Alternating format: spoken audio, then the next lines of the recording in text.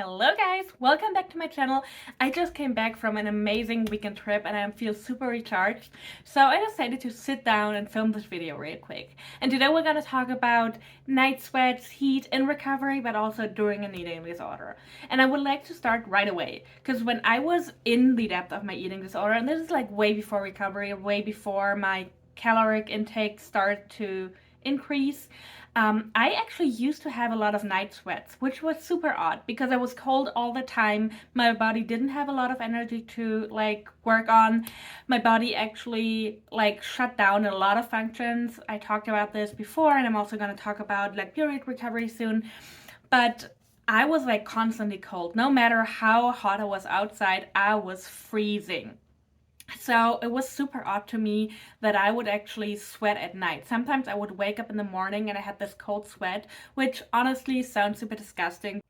You guys know me, I also talk about the ugly truth of eating disorders and eating disorder recovery on this channel. This is a safe place for you all, so if you have any questions you want me to cover, go ahead and put them in the comments.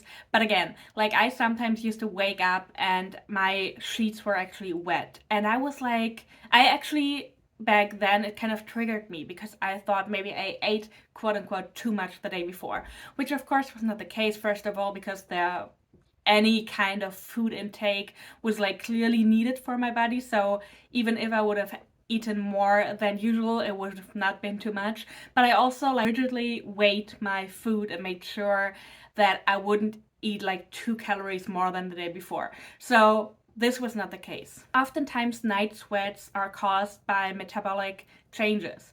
It can also be caused by medication. So if you get prescribed new medications, this can also be the cause, but also because medications also have an impact on metabolic changes as well. If we restrict calories, it actually can change the way our body metabolizes food, because the process of metabolization itself needs energy, which is odd because it isn't an energy process, but our body also needs energy to keep up the metabolic circles, basically. So if we're constantly under eating, our body can enter a stage that's medically called conservation, and this conservation stage can lead to night sweat. Conservation basically means that the body tries to alter the thermoregulation, which in the end leads to sweating, especially at night. Another reason is changes in the gut microbiome. I talked about this in another video as well. I'm going to link it down below.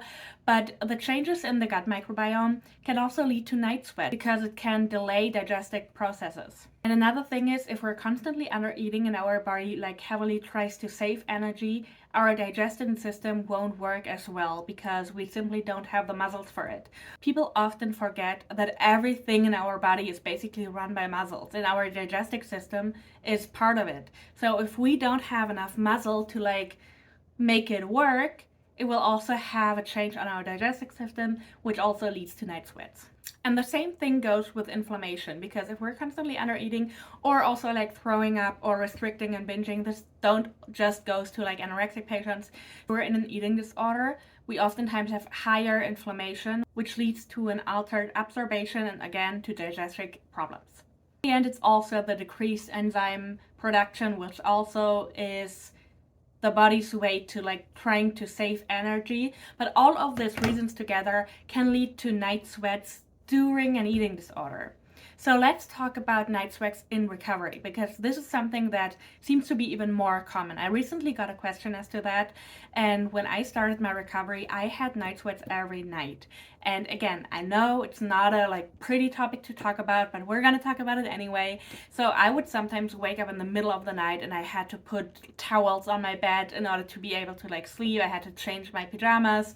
It was not fun, but it also showed me that my body was actually changing its metabolic rate, because if we're in recovery and if we're constantly eating enough, and I'm talking constantly, I'm not talking about quasi-recovery, which can confuse the body and the metabolism even more, but I'm talking about the constant high, very high caloric intake, no matter what weight you're coming from.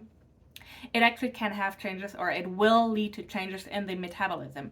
Some people actually experience hypermetabolism, which means that your metabolism like speeds up so fast because you finally give your body enough food, which is why it can be hard for some people to put on weight. This was not the case for me, and if I'm being completely honest, my disordered self was like very mad about it because I was like, oh, why can't other people have hypermetabolism? I would love to be able to eat more and like still struggle to put on weight.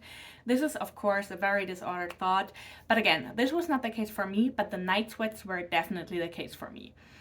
Another thing that can cause night sweats, especially in recovery, are hormones, because we all know that eating disorders mess up our hormonal balances. I still struggle with hormonal imbalance until this day, even like 2 years after, or like even more than 2 years after starting recovery.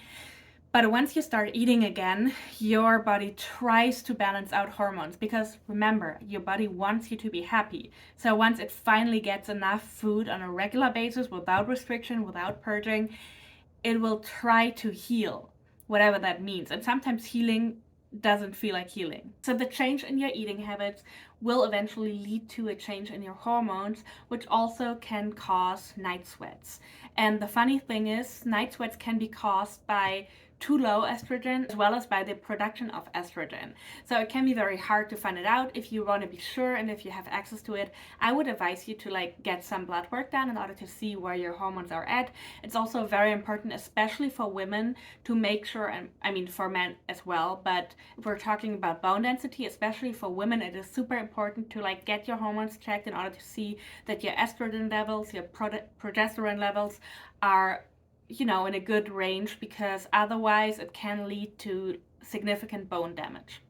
But getting back to night sweats and sweating in recovery, because I experienced something I've never heard about before. And I've done some research. I know that there are quite a few people who experience it. But when I was in recovery, again, I thought I'm the alien who's going through things other people don't.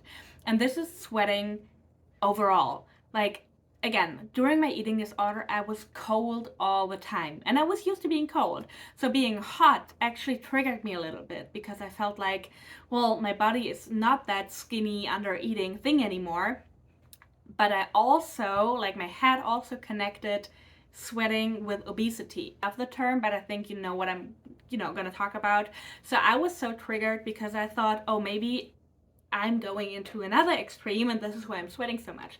Because there were actually days where it was snowing outside. Remember, I lived in Germany back then, and it was snowing outside, it was winter, and I would have to take out my sweater and like run around in the top, and people made rude comments. This was actually something I hated even more.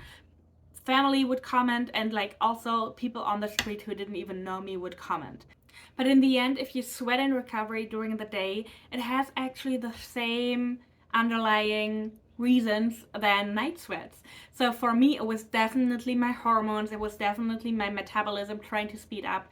But when I talked to my cardiologist, I also learned that it was my heart which was trying to make up for the years and years of being way too slow, because my heart rate actually went up, like from being way too low to being a little bit too high. It was not like in a dangerous way. And again, I had a great cardiologist. I was super, super lucky. He gave me a good feeling about my recovery. He gave me a great feeling about my body.